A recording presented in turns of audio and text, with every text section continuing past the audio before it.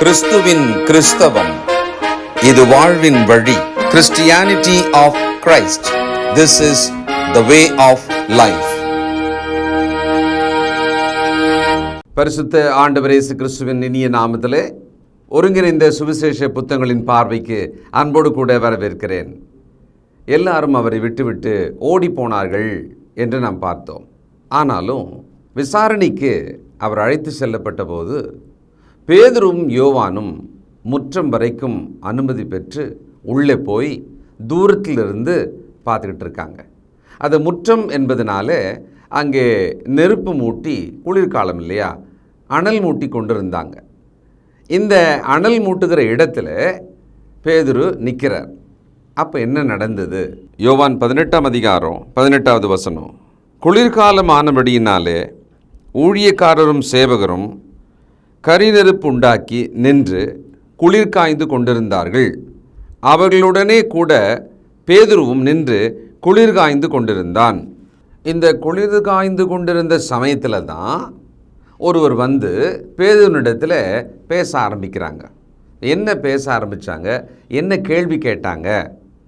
அதே இடத்துல 18ஆம் அதிகாரம் யோவான் 17ஆம் வசனம். அப்பொழுது வாசல் காக்கிற வேலைக்காரி பேதுருவை நோக்கி, நீயும் அந்த மனுஷனுடைய சீஷரில் ஒருவன் அல்லவா என்றாள். அவன், நான் அல்ல என்றான். ரொம்ப ஆழமான ஆக்ரோஷமான கேள்வி இல்லை. கேட்ட நபரும் ஒரு பெரிய அதிகாரியும் இல்லை. வாசல் காக்கிற காவலர்களில் அந்த இடத்துல இருக்கக்கூடிய ஒரு வேலைக்காரி தான். அவங்க வந்து கேட்குறாங்க, அவர்கிட்ட இருக்கும்போது ஒன்று பார்த்துருக்கனே அப்படின்னு நம்ம சொல்லுவோம் பார்த்தீங்களா, அந்த மாதிரி நீயும் அவருடன் இருந்தவர் தானே? ரொம்ப சிம்பிளாக பதில் சொல்கிறாரு, நான் அல்ல, நான் கிடையாது. தான் இல்லை என்பதை முதல்ல சொல்கிறார். நல்லா கவனிச்சிங்கன்னா, இவர் முதல்ல அந்த ஆண்டவரோடு கூட தான் இல்லை, அதை நம்ம புரிஞ்சுக்கணும். லூக்கா 22ஆம் அதிகாரம் 56. அப்பொழுது ஒரு வேலைக்காரி அவனை நெருப்பண்டையிலே உட்கார்ந்திருக்க கண்டு அவனை உற்று பார்த்து, இவனும் அவனோடு இருந்தான் என்றாள். அதற்கு அவன், ஸ்திரீயே, அவனை அறியேன் என்று மறுதலித்தான். ரொம்ப கொஞ்சம் வித்தியாசமாக இருக்குது. லூக்கா எழுதும்போது இந்த இடத்துல அந்த வேலைக்காரி தான், அதில் இன்னும் மாற்றம் இல்லை.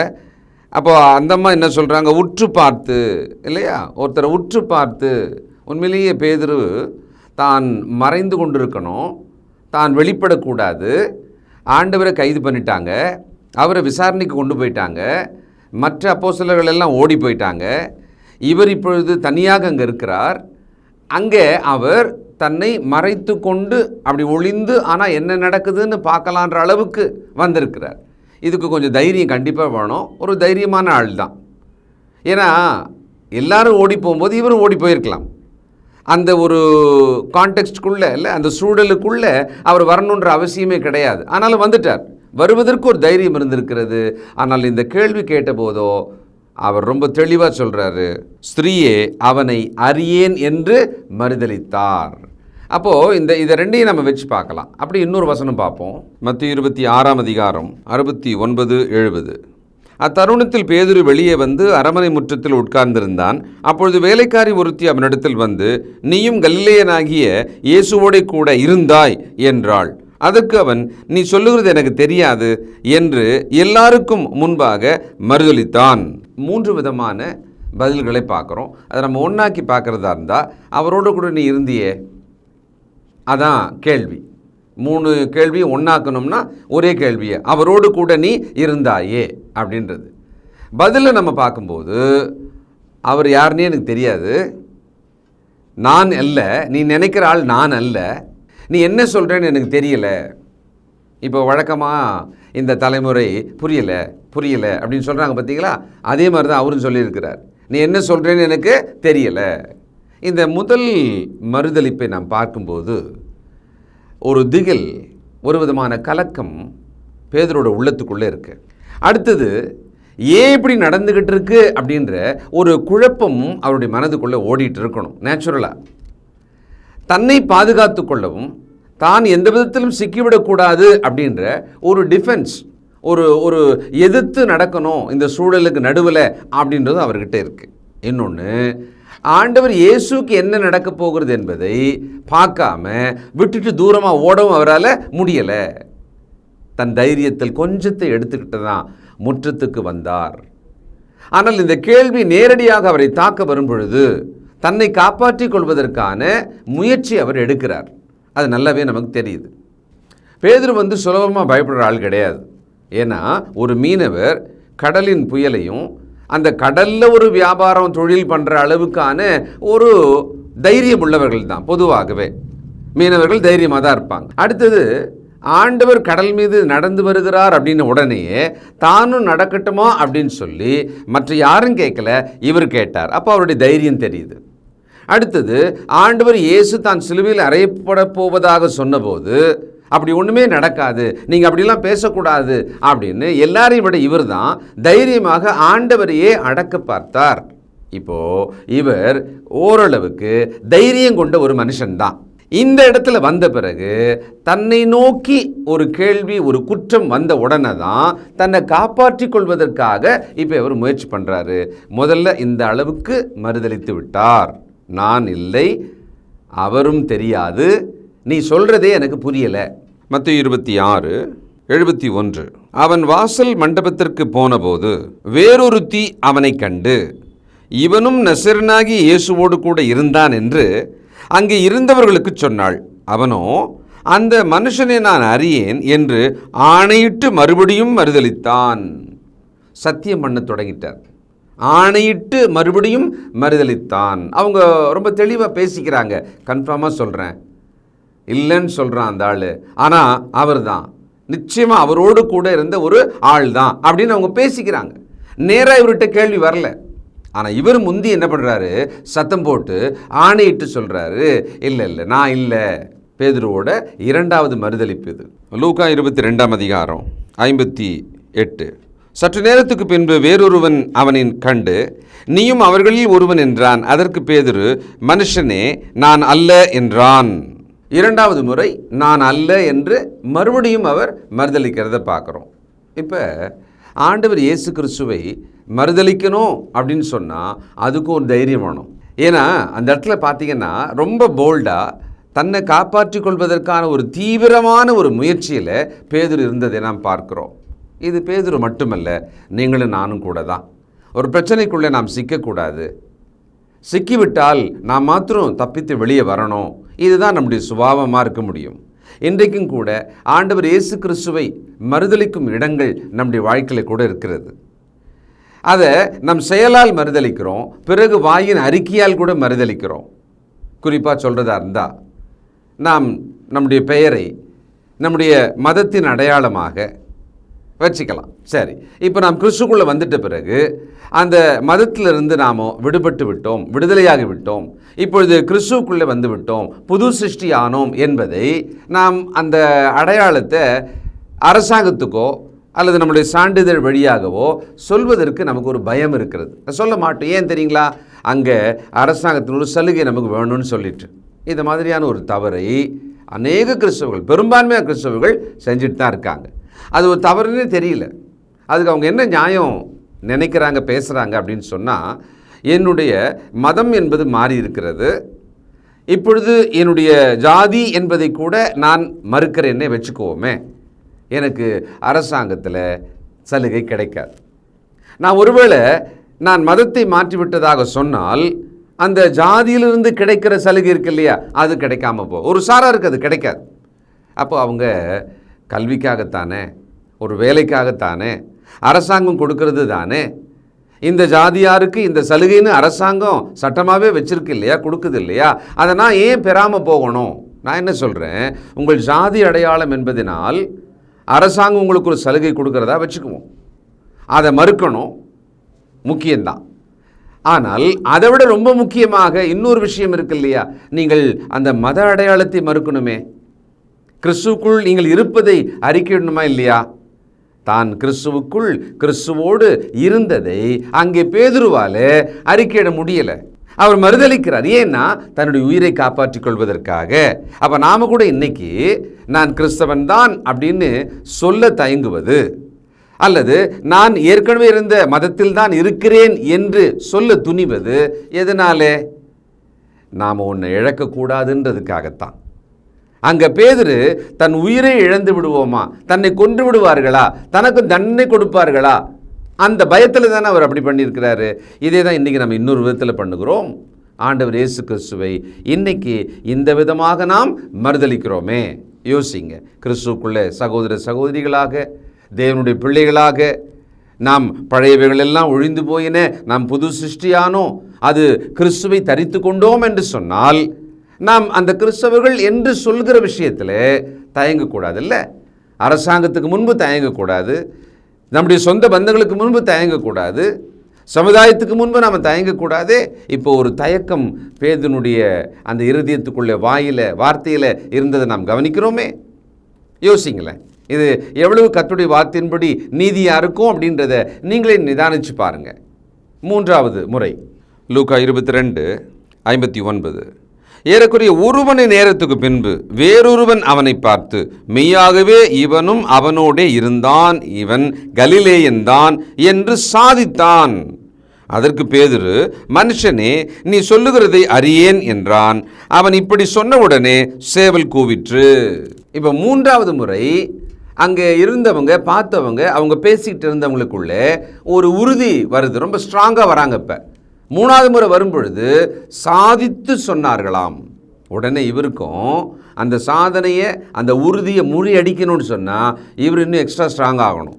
அதுக்கு இவர் என்ன பண்ணிட்டாரு, சத்தியம் பண்ண தொடங்கிட்டாராம். 26வது வசனம், யோவான் 18.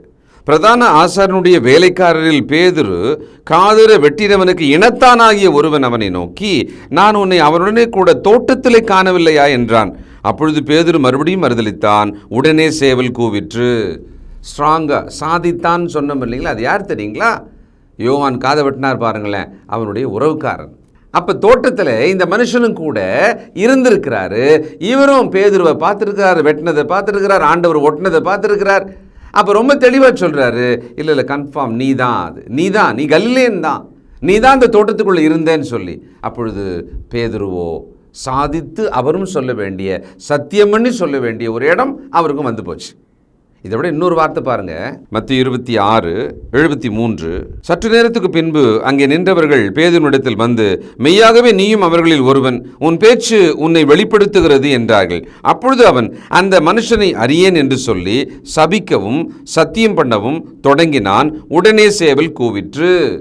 எவ்வளவு தூரத்துக்கு அவருடைய பேச்சு, அவருடைய மனநிலை, அவருடைய மனதின் கொதிப்பு மாறிடுச்சு பாருங்களேன். சபிக்கவும் சத்தியம் பண்ணவும். என்னடா இது தொல்லையாக போச்சு, என்ன இது இவ்வளோ தூரத்துக்கு பிரச்சனையாக போச்சு. நம்ம சில நேரங்களில் சாபம்னு நேரடியாக சொல்லாமல், இது என்ன ஒரு சாபம் மாதிரி எனக்கு வந்துடுச்சே அப்படின்னு சொல்லுவோம் பார்த்தீங்களா, அந்த மீனிங்கில் தான் சபிக்கவும் சத்தியம் பண்ணவும் தொடங்கினார். 3 முறை மறுதலிக்கிறார். 3வது முறை மறுதலிக்கிறதுக்கு முன்னால் 1 மணி நேரம் இடைவெளி இருந்திருக்கிறது. பேதுரு தன்னை நிதானித்து பார்க்கவும், தான் என்ன செய்கிறோம் என்பதை உணர்ந்து கொள்ளவும், அந்த சமயத்திலாவது அவர் மனம் திரும்பவும் வாய்ப்பு இருந்திருக்கலாம். ஒரு 1 மணி நேரம் கேப் இருந்தது. அதுக்கப்புறமா வந்து கேட்டப்ப கூட சத்தியம் பண்ணி அவர் மறுதலித்தார். தெளிவா சேவல் கூவிற்று. ஆண்டவர் ஏற்கனவே சொல்லியிருந்தார். லூக்கா 22:60-61. அப்பொழுது பேதுரு, மனுஷனே, நீ சொல்லுகிறதை அறியேன் என்றான். அவன் இப்படி சொன்ன உடனே சேவல் கூவிற்று. அப்பொழுது கர்த்தர் திரும்பி பேதுருவை பார்த்தார். சேவல் கூவுகிறதுக்கு முன்னே நீ என்னை 3 தரம் மறுதலிப்பாய் என்று கர்த்தர் தன்னிடத்தில் சொன்ன வசனத்தை உடனே பேதுரு நினைவு கூர்ந்து வெளியே போய் மனங்கசந்து அழுதான். இது ரொம்ப அருமையான காட்சி. இது எவ்வளவு பயங்கரமானதாக இருந்திருக்கும் பேதுருவுக்கு. என்னன்னா, சேவல் கூவின உடனே தூரத்தில் இதை கண்காணித்து கொண்டிருந்த பேதுரு, உள்முற்றத்திலே விசாரணையில் இருந்த ஆண்டவர் இயேசு கிறிஸ்து, சேவல் இந்த பக்கமாக கூவினது முக்கோணம் மாதிரி. இந்த காட்சியை பார்த்தீங்கன்னா, கூவின உடனேயே ஆண்டவர் அங்கிருந்து அப்படி திரும்பி பேதுருவை பார்க்குறார். அது ஜன்னலா, அல்லது ஏதோ ஒரு கதவின் இடைவெளியா, அல்லது அந்த பெரிய ஒரு ஹாலில் ஒரு தூணிலிருந்து அப்படி அப்படி அப்படி சாஞ்சி பார்த்தா பேதுரு தெரிவாரா? தெரியல, கற்பனை பண்ணிக்கலாம். ஆனால் ஒன்று புரியுது, கர்த்தர் பேதுருவை பார்த்தார். 2 முகங்களும் பார்த்தது. பார்த்த உடனே அப்போ தான் இவருக்கு பொறி தட்டியது. அடடா, நம்ம என்ன பண்ணிகிட்ருக்கோம்? உடனே அப்படி வெளியில் போயிட்டு மனம் கசந்து அழுதாராம். அந்த கர்த்தரோட பார்வை இந்த பேதுருவை சுக்குநூறாக உடைச்சிருக்கு. நம்ம கூட சின்ன வயசில் ஏதாவது ஒரு தப்பு பண்ணுறோன்னு வச்சுக்குவோமே, அப்படி கையை உள்ளே விட்டு எடுக்கும்போது கரெக்டாக அம்மா வந்து நின்னாங்கன்னா எப்படி இருக்கும்? நம்ம காப்பி அடிக்கிறோம் அப்படின்னு சொன்னால் அந்த நேரத்தில் ஆசிரியர் வந்து அப்படி பக்கத்தில் மூஞ்ச பார்த்தா எப்படி இருக்கும்? எவ்வளோ பெரிய ஷாக்காகவும் வெக்கமாகவும் இல்லையா? அந்த மாதிரி பேதுருவோட மனமானது உடைந்து குறுகி போனார். அதனால்தான் மனம் கசந்து அழுதாராம். இன்றைக்கு நம்ம வாழ்க்கையில் ஆண்டவர் இயேசு கிறிஸ்துவை நாம் மறுதலிக்கிறோமா? நான் கிறிஸ்தவன் என்று ஒரு இடத்திலேயும் நான் கிறிஸ்தவன் இல்லை என்று இன்னொரு இடத்திலேயும் சொல்கிற வழக்கம் உண்டா? யாருமே கேட்க மாட்டாங்க. அதனால் நம்ம அமைதியாக இருப்போம் அந்த இடத்துல. ஆனாலும் ஒரு லாபம் என்பது அல்லது அதில் ஒரு நன்மை என்பது இருக்கிறதுனால தான் நாம் அங்கே மௌனமாக இருக்கிறோம். நம்மை பற்றி அங்கே வெளிப்படுத்தாமல் இருக்கிறோம். அரசு வேலையில் இருப்பவர்கள், அரசாங்க சலுகை படிப்புக்கு பெறுபவர்கள், இவர்கள் கிறிஸ்துவுக்குள்ளே இருந்தும் கூட அந்த இடத்துல தங்களுடைய விசுவாசத்தை கிறிஸ்தவன் என்று சொல்ல தயங்குவது, மறுதலிப்பதற்கு என்ன காரணம்? தன்னை காப்பாற்றி கொள்ள, தன் லாபத்தை இழக்க வேண்டாம் என்ற நோக்கத்தில் தானே. யோசிங்க, இது என்ன ஒரு பெரிய விஷயமா? எல்லாரும் பண்ணலையா? 10ல் 9 கிறிஸ்தவங்க இதானே பண்ணுறாங்க. ஒருவேளை இது கர்த்தருடைய பார்வையில் மிகவும் வேதனையும் அருவருப்பமாக இருக்குமானால், இது நம்முடைய நித்தியத்தை பாதிக்குமானால் என்ன செய்யலாம்? என்ன முடிவெடுக்கலாம்? ஆண்டவர் இயேசு கிறிஸ்துவோட பார்வை எப்படி இருந்திருக்கும்? சும்மா நான் இப்படி யோசிக்கிறேன். அது நிச்சயமாக ஒரு பரிதபிக்கும் பார்வையாக தான் இருந்திருக்கும். என்னப்பான்னு இப்படி பண்ணிட்டியே? இல்லை, ஒரு குழந்தைய ஒரு தப்பு பண்ணிட்ட பிறகு கூட அந்த தகப்பன் தாய் எப்படி பார்ப்பாங்க? என்னம்மா இப்படி பண்ணிட்டியம்மா, நீ இல்லவா இப்போ வேதனைக்குள்ளே மாட்டிக்கிற, நீ இல்லவா இப்போ கண்ணீர் சிந்துற, அப்படி தானே யோசிப்பாங்க, அப்படி தானே பார்ப்பாங்க. அங்கே ஒரு வருத்தமும் ஒரு கருணையும் ஒரு அன்பும் கலந்த பார்வையாகத்தான் அது கண்டிப்பாக இருந்திருக்கும். நான் சொன்னேன் பண்ணிட்ட பத்தியா அப்படின்னு ஒரு ஏளன பார்வையாக இருக்க வாய்ப்பே இல்லை. ஆண்டவர் இயேசு கிறிஸ்து இப்பொழுது நம்மை பார்க்கிறார்னு வச்சுக்கோமே.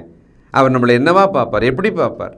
நாம் பாவத்தில் இருக்கிறோம், நாம் பாவம் செஞ்சிட்டே இருக்கிறோம், அதில் நாம் மனம் திரும்பாமலே இருக்கிறோம், துணிகரமான பாவத்தை செய்கிறோம், அதை ரகசியமாக வைத்து கொண்டிருக்கிறோம். ஆனால் ஆண்டவர் நம்மளை பார்த்துட்டு தானே இருக்கிறாரு. அவர் நம்மை சுற்றிலும் இருக்கிறார் இல்லையா? அவருக்குள்ளே நாம் இருக்கிறோமா இல்லையா? அப்போ அவர் நம்மளை பார்த்துக்கிட்டே இருக்கிறாருன்னு சொன்னால் அந்த பார்வை எனக்கு இப்பொழுது எதை வெளிப்படுத்துகிறது? அவருடைய கருணையும் அவருடைய அன்பும் அவருடைய வருத்தமும் அவருடைய பரிதபிப்பும் தானே எனக்கு வெளிப்படுது. அப்போ நான் என்ன பண்ணணும்? பேதுரு மாதிரி பண்ணணும். நான் மனம் கசந்து என் பாவத்துக்காக வருந்தி அதை சரி செய்து கொள்ளும் இடத்துக்கு நான் போகணும். மன்னிப்பு கேட்கிற இடத்துக்கு நான் போகணும். பேதுருவை போல விசுவாசத்தில் நல்ல அருமையாக வளர்ந்து கொண்டிருக்கிற ஒரு விசுவாசியா, ரொம்ப தைரியமாக கர்த்தருக்காக இப்படி செய்வேன் அதை செய்வேன் என்று பேசி கொண்டிருக்கிற ஒரு விசுவாசியா? அதே மாதிரி தான் பேதுரு பேசிக்கிட்டு இருந்தார்.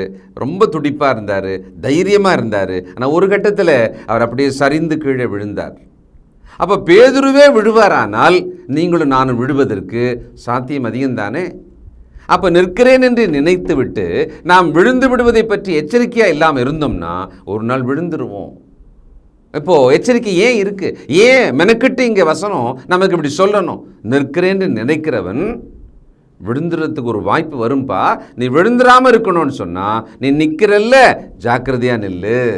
நம்மை பற்றி மிஞ்சின எண்ணம் இருக்குமானால் விழுந்து போவோம். இன்றைக்கி நிறைய கிறிஸ்தவர்களோட சோதனை வேதனை அதுதான். தங்களை பற்றி மிஞ்சி எண்ணுகிறார்கள், அதுலேயே அவங்க விழுந்துடுறாங்க. ஓவர் கான்ஃபிடென்ட் சொல்கிற பார்த்தீங்களா, அதுதான் பிரச்சனை. நான் உமக்காக உயிரையே கொடுப்பேன், யாரும் உம்மோட நிற்கலனாலும் நான் நிற்பேன், உம்மை சாகவும் விடமாட்டேன். இந்த அளவுக்கு பேசினார் பேதுரு. அவ்வளவுத்துக்கும் இந்த இடத்துல 3 முறை மறுதலித்தார். நாம் நிற்கிறோம், நாம் மிகப்பெரிய உறுதியான விசுவாசி, நான் எல்லாவற்றிலும் சரியாக இருக்கிறேன் அப்படின்னு நினச்சிட்டு இருந்தால் அங்கிருந்து விழுவதற்கான சோதனை என்பது கண்டிப்பாக இந்த உலகத்தில் உண்டு. நாம் எச்சரிக்கையாக இருக்கணும். நம்மை தாழ்த்தி தேவனுடைய பலத்தை கைக்குள் நம்மை வைத்து கொள்ள வேண்டும். ஜெபம் பண்ணுவோம். இரக்கமுள்ள பிதாவே, பரிசுத்தரே, பேதுருவின் மறுதலிப்பு எங்கள் வாழ்க்கையில் பல விதங்களில் இருக்கிறதப்பா. இன்றைக்கு நாங்களும் ஏதோ ஒரு விதத்தில் கிறிஸ்துவை, நாங்கள் விசுவாசி என்பதை, கிறிஸ்தவர்கள் என்பதை எங்கேயோ நாங்கள் மறுதலித்து கொண்டிருக்கிறோம். நாங்கள் மனந்திரும்பவும் இந்த பாவத்தை உணர்ந்து கொள்ளவும் இதனின்று விடுபட்டு உமக்கு பிரியமாய் முழுமையாய் அர்ப்பணித்து வாழவும் எங்களுக்கு விசுவாசத்தோடு கூட தைரியம் தாரும். உன்னுடைய மக்களை இந்த வேளை தீர்மானிக்கவும் அதில் உறுதியாய் கீழ்ப்படியவும் உதவி செய்யும், பலப்படுத்தும். இயேசு கிறிஸ்துவின் நல்ல நாமத்தில் ஜெபிக்கிறோம் பிதாவே, ஆமென்.